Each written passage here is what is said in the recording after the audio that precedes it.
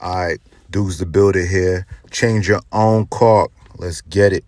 All right, over time, the caulk and the space in between started cracking, looking all nasty, not looking finished. It's bubbling, it's cracking due to products or whatever. Who knows? I don't know. I didn't like it. It was bothering me looking at it. We got a very beautiful kitchen and it was making it look stupid. So I had to get it.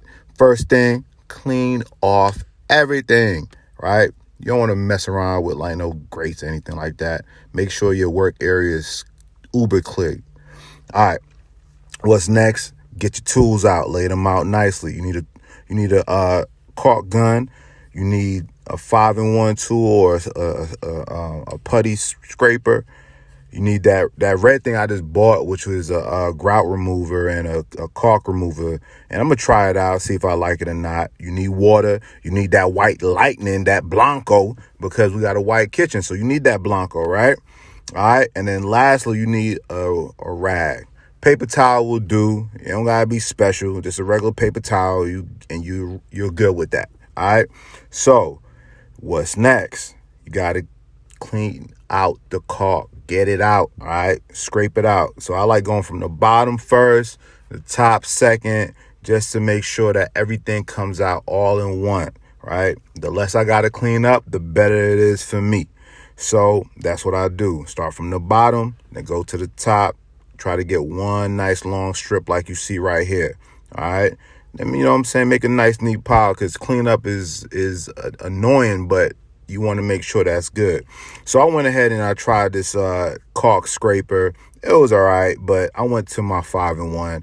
It just got the job done. It was able to get deeper into that space, as well as I'm able to, scrape up a little bit of the excess. What's next is you want to get that sanding block. A light sand just to get all the adhesive off. You want a nice clean area to put the caulk back in.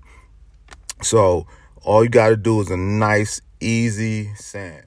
All right, this next trick I learned on YouTube, which was to use a masking tape on the top and the bottom just to make sure that your work area is clean. Just in case you get some caulk to the right, to the left, on the wall, whatever.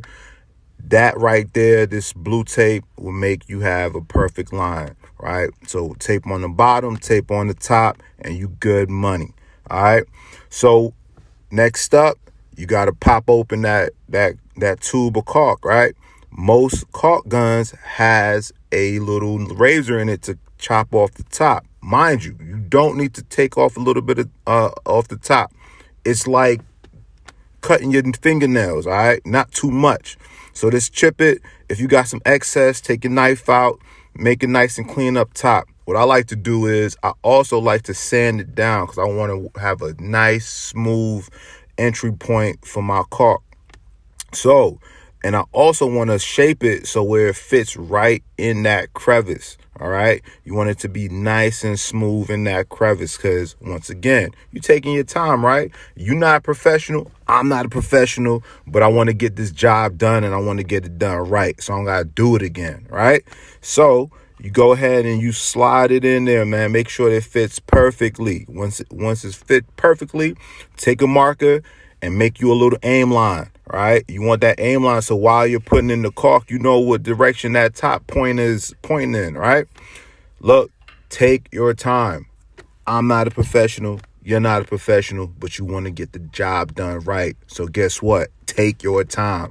See, blue tape came in handy, right? I already messed up. A little bit of caulk on top, but guess what it's not on? It's not on the countertop, right? So take your time. Continue to squeeze it out nice and light. Remember, the hole in the caulk is just a little point. It's not wide open. If you feel like you need to go over it again, that's fine. Go over it again. But if you feel like you got it all in, cool. The next thing you're going to have to do is, that's where the water and the rag comes in. Dip your finger in the water, shake it off a little bit just so it's damp, because when it's on your finger, it's easier to wipe off on the rag. Duh. So take the water, dip it again, and then smooth it out. You want to push it in that crevice. You want to push it in there nice and tight, all right? Do you need the blue tape? Not really. But if you're not trying to mess up, this is the best thing to do right here, right? So now it's time to take off the tape.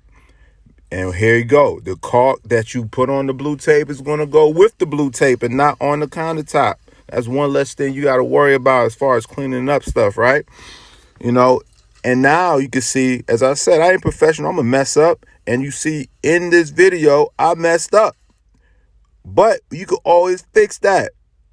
Take a little bit of that caulk to squeeze it out just a little tiny bit. Make sure you wet your finger. And you're going to take a little bit of that caulk and then smudge it in there. See what I'm saying? Put it in there nice and tight. Boom. Mistake fixed. That easy, that simple, that quick. Voila. We're done. We are done. And it don't look crazy like it was looking before. Little quick tip. If you want to preserve, because we only use a little bit of the caulk. If you want to preserve it, take a little bit of that blue masking tape. Wrap that baby up like a little Christmas gift. And you can hold on to your caulk for a long time. All right? Boom. Dougzz Da Builder. Like, subscribe, follow.